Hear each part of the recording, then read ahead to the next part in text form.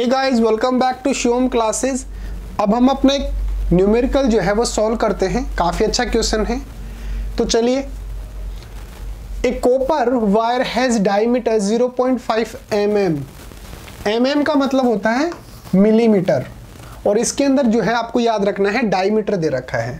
तो सबसे पहले हम लिख लेते हैं कि क्या क्या हमारे को गिवन इंफॉर्मेशन है। तो हमारे को जो है वो डायमीटर दे रखी है, जो हमारे पास वायर है उसका डायमीटर दे रखा है, और ये कितना है 0.5 mm। अगर मैं इस मिलीमीटर को मीटर के अंदर कन्वर्ट करूंगा तो ये कितना हो जाएगा 0.5 इंटू 10⁻³ मीटर। ये पहले मिलीमीटर के अंदर था, अब मैंने इसको किसके अंदर कन्वर्ट कर दिया, मीटर के अंदर जो है वो कन्वर्ट कर दिया। ठीक है। रजिस्टिविटी ऑफ द वायर कितना दे रखा है, सेकंड हमारे को क्या दे रखा है resistivity. Resistivity of the wire कितना है 1.6 इंटू 10⁻⁸ 10⁻⁸ ओम मीटर। ये तो हमारे को SI के अंदर दे रखी है, इसके अंदर तो किसी भी तरीके का कोई चेंज करने की आपको जरूरत नहीं है। उसके बाद क्या दे रखा है आपको, What will be the length of this wire to make its resistance। Resistance आपको दे रखा है और उसकी लेंथ आपको पूछ रहा है। रेजिस्टेंस कितना दे रखा है आपको 10 ओम, और पूछ क्या रहा है लेंथ ऑफ द वायर, ये हमारे को पूछ रहा।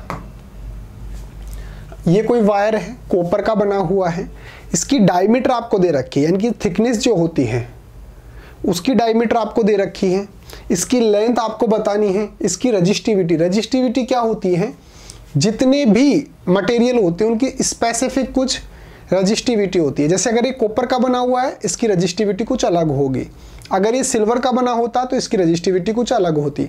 तो ये रजिस्टिविटी जो होता है इनका इंटरनल मैटर है, उसको बोला जाता है रजिस्टिविटी।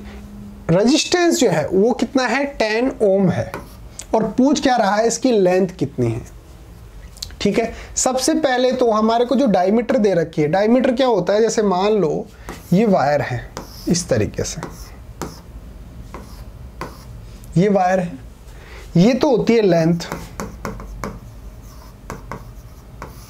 ये तो होती है वायर की लेंथ, और ये होता है cross sectional area. Cross sectional area. अब क्रॉस सेक्शनल एरिया के अंदर यहां पर इसने क्या कर रखा है, डायमीटर हमारे को दे रखा है, यानी कि यहां से लेकर और यहां तक की ये जिसने जो है वो डिस्टेंस दे रखी है।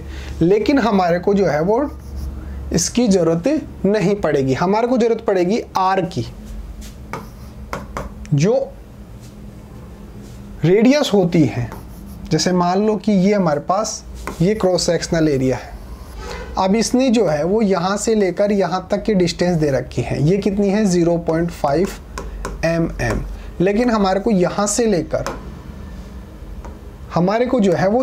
लेकर यहाँ तक की ही डिस्टेंस चाहिए। तो इसका मतलब मैं क्या करूँगा, जो हमारी रेडियस होती है वो डायमीटर की हाफ होती है। डायमीटर की कितनी होती है, हाफ होती है। तो इसका मतलब यहां से रेडियस कितना हो जाएगा मेरा,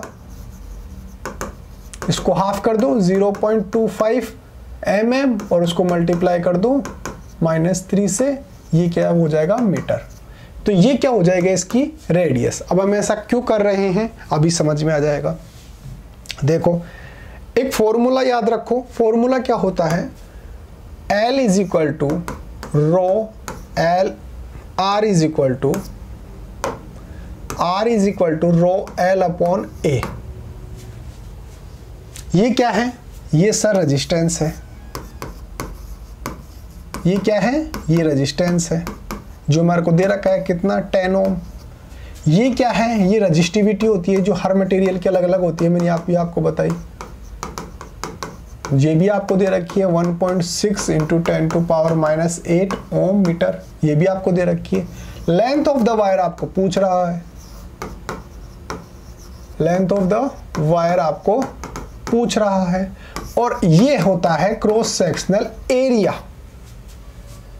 जो मैंने अभी आपको बताया था इस तरीके से, ये इसका एरिया कितना है, ये वाला इसका एरिया कितना है, ये होता है क्रॉस सेक्शनल एरिया। अब आपको पता है एरिया का फॉर्मूला क्या होता है सर, पाई आर स्क्वायर होता है। यहाँ पे कैपिटल आर जो है रेजिस्टेंस को डिनोट कर रहा है, इसलिए हम यहाँ पे आर जो है स्मॉल ले लेंगे। ये क्या है, इसकी रेडियस है जो हमारे को, ये जैसे मान लो ये है, ये इसका पूरा तो क्या हो गया क्रॉस सेक्शनल एरिया। एक ही वैल्यू हमारे को चाहिए, एक ही वैल्यू हमारे को डायरेक्ट दे नहीं रखी, तो हमारे को रेडियस की वैल्यू दे रखी है। उससे हम कैलकुलेट कैसे कर सकते हैं, पाई आर स्क्वायर, इससे हम कैलकुलेट कर सकते हैं। तो यहाँ से अगर मैं क्रॉस सेक्शनल एरिया कैलकुलेट करूँगा तो कैसे करूँगा, पाई की वैल्यू होती है 3.14 और आर की वैल्यू हमारे को जो है वो कितना दे रखा है, डायमीटर दे रखा था हमारे को, ये देखो डायमीटर हमारे को दे रखा था 0.5 और रेडियस कितना होता है इसका, हाफ होता है, जो हमें अभी आपको कैलकुलेट करके दिखाया ना। यहाँ पे देखो रेडियस मैंने कैलकुलेट की 0.25 इंटू 10⁻³ मीटर, ये मीटर के अंदर कन्वर्ट करने के बाद हुआ ऐसा, ये 3.14 हो गया। और हमारे पास जो रेडियस है वो कितना है 0.25 और इसको मैं मीटर के अंदर कन्वर्ट करूंगा तो -3 और इसका होगा स्क्वायर, इसका क्या हो जाएगा स्क्वायर। अब जितनी भी वैल्यूज हमारे पास हैं मैं यहाँ पे इनको पुट कर दूंगा। दोबारा से देखिए यहाँ पे फॉर्मूला क्या था, R = ρL/A, ठीक है।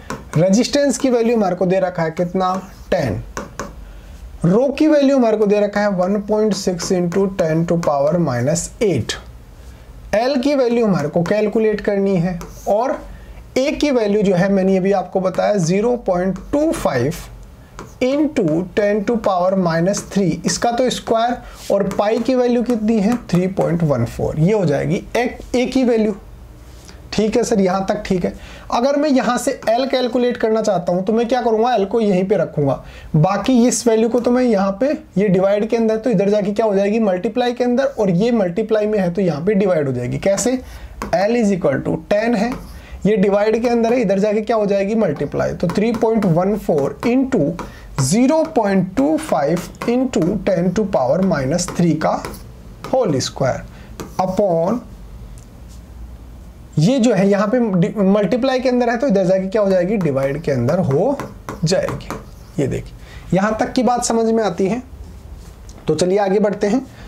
अब यहाँ से लेंथ ऑफ द वायर जो है वो कैसे आएगी, ये 10 इंटू 3.14, इसको मैं दो बार लिख दूं क्योंकि स्क्वायर है, 0.25 इंटू 0.25 इंटू, यहाँ पे इसका स्क्वायर करेंगे तो ये आपस के अंदर मल्टीप्लाई हो जाएंगे, यानी कि -6 हो जाएगा, अपॉन 1.6 इंटू 10⁻⁸। इसको जब आप सोल्व करेंगे ये जाके ऊपर प्लस का हो जाएगा, 10⁻8 हो जाएगा, 10⁻8 हो जाएगा, तो यहां से कितना बच जाएगा, ये 10⁻2 बच जाएगा। जब आप इसको सोल्व करेंगे तो लेंथ ऑफ द वायर जो है वो ऑलमोस्ट 122 मीटर जो है वो आएगी।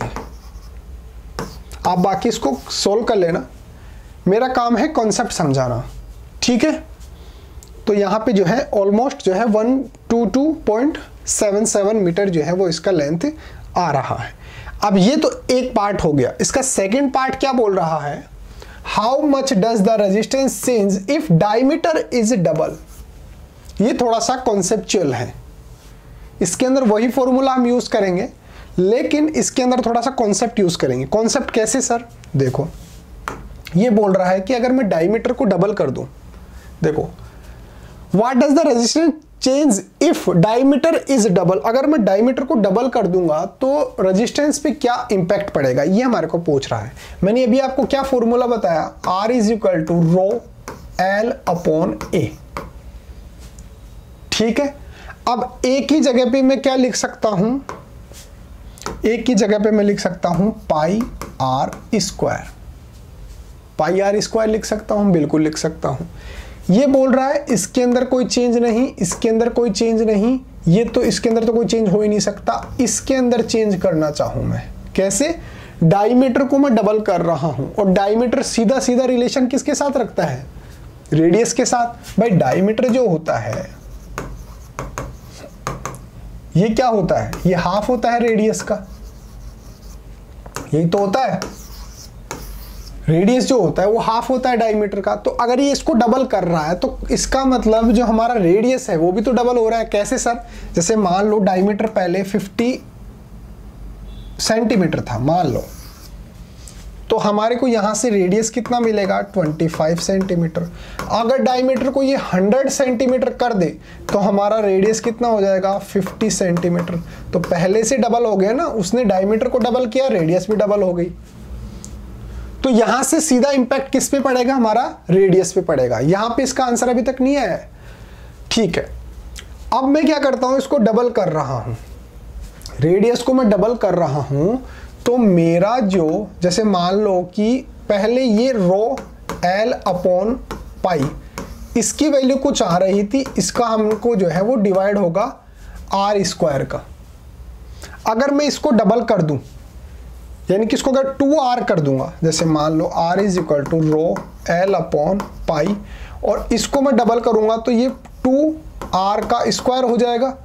अगर मैं इसको बाहर लेके जाऊंगा तो स्क्वायर का मतलब 4 हो जाएगा, और वापस से ये क्या मिल जाएगा मेरे को, रो r इज इक्वल टू क्या मिल जाएगा, रो एल अपॉन पाई और 4 और r स्क्वायर, ये मिल जाएगा डबल करने से। अब देखो ये वाला फॉर्मूला तो सेम है, लेकिन डिवाइड के अंदर क्या आ गया मेरे पास, 4 आ गया। तो इसका मतलब अगर मैं इसको डबल कर दूंगा डायमीटर को, तो मेरे को जो है वो रेजिस्टेंस जो है वो 1/4 मिलेगा। यानी कि जैसे मान लो पहले रेजिस्टेंस आ रहा था 50 ओम, तो इसको मेरे को डिवाइड करना पड़ेगा 4 से, तब जाकर जो है मेरा रेजिस्टेंस जो है इसके इक्वल आएगा। यानी कि अगर मैं रेडियस को डबल करूंगा, रेडियस को अगर मैं डबल कर देता हूं, कहने का मतलब अगर मैं डायमीटर को डबल कर देता हूं, तो मेरा जो आर है ये 1/4 रह जाएगा। पहले मान लो 100 था, तो इसको 1/4 कर लो, ये 25 रह जाएगा। तो पहला पार्ट आपको समझ में आ गया। अब देखो लिखना कैसे है नोटबुक के अंदर।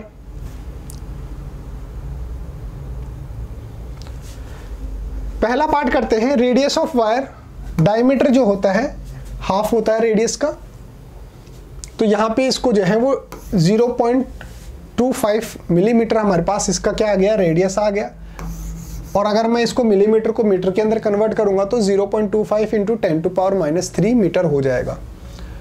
मेरे पास जो है वो रो दे रखा है, ये रो है, ठीक है, इसको बोलते हैं रो। इस तरीके से ये रो की वैल्यू दे रखी है 1.6 इंटू 10⁻⁸ ओम मीटर, ये रेजिस्टिविटी है। आर रेजिस्टेंस दे रखा है हमारे को। अब आर का जो फॉर्मूला होता है, resistance is equal to rho L upon A होता है। ये रेजिस्टेंस होता है, ये रेजिस्टिविटी, ये लेंथ ऑफ द वायर, और ये क्रॉस सेक्शनल एरिया। और क्रॉस सेक्शनल एरिया को हम कैसे कैलकुलेट कर सकते हैं, पाई आर स्क्वायर। तो देखो R is equal to rho L upon A, और रो एल और ए को मैं क्या लिख सकता हूँ, पाई आर स्क्वायर लिख सकता हूँ, ठीक है। तो यहां से अगर मैं L की वैल्यू कैलकुलेट करना चाहूं तो ये फॉर्मूला इस तरीके से आ जाएगा। कहने का मतलब L को तो मैं एज इट इज रखूंगा, ये अगर मेरे पास डिवाइड के अंदर है तो इधर जाके क्या हो जाएगा, मल्टीप्लाई के अंदर। तो R is equal to 10⁻⁻r square upon, और ये रो यहाँ पे मल्टीप्लाई के अंदर है तो ये डिवाइड के अंदर चला जाएगा। तो देखो ये फॉर्मूला आ गया मेरे पास, R pi R square upon rho. इसके अंदर जब वैल्यूज पुट करूंगा तो मेरे पास 122.77 मीटर जो है मेरे पास लेंथ ऑफ द वायर आ जाएगी। फिर सेकंड पार्ट देखते हैं, if diameter is doubled resistance becomes 1/4 of its original. अगर मैं डायमीटर को डबल कर देता हूं तो इसका जो रेजिस्टेंस होता है ये 1/4 रह जाता है। कैसे रह जाता है मैंने अभी आपको समझाया, ये थोड़ा सा कॉन्सेप्चुअल है। अभी मैंने आपको समझाया कि आर जो होता है ये रो एल अपॉन ए होता है, और ए का वैल्यू हम क्या लिख सकते हैं, पाई आर स्क्वायर लिख सकते हैं, ठीक है। तो अगर मैं इसको डबल कर दूंगा, जैसे मान लो पहले आर था, अब मैंने क्या कर दिया, इसको 2r कर दिया, यानी कि डबल कर दिया।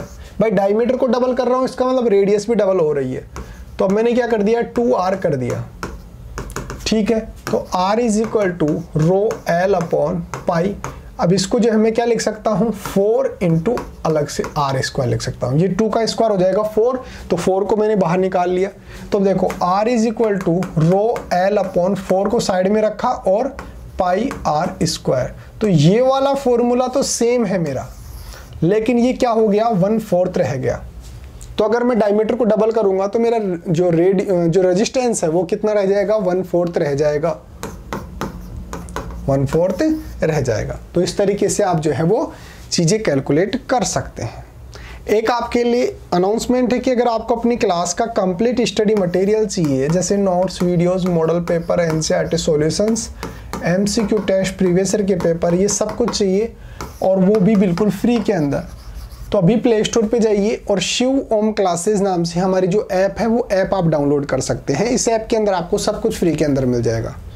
एक काम और कर सकते हो, मेरा व्हाट्सअप नंबर जो है वो भी आप नोट डाउन कर लीजिए। अगर कोई भी डाउट आता है या फिर नोट्स वगैरह चाहिए हो पीडीएफ फॉर्मेट के अंदर, तो आप मेरे को व्हाट्सएप पे मैसेज कर सकते हैं 8696608541। ये मेरा व्हाट्सअप नंबर है। आप मेरे को किसी भी डाउट के लिए या फिर नोट्स के लिए जो है वो मैसेज कर सकते हैं। तो उम्मीद है आपको जो है वो समझ में आया होगा। इसका स्क्रीनशॉट लेके एज इट इज़ नोटबुक के अंदर नोट डाउन कर लीजिए। मिलते हैं अगले टॉपिक के साथ, तब तक बने रहिए शिव ओम क्लासेस के ऑनलाइन प्लेटफॉर्म के साथ। Thank you so much.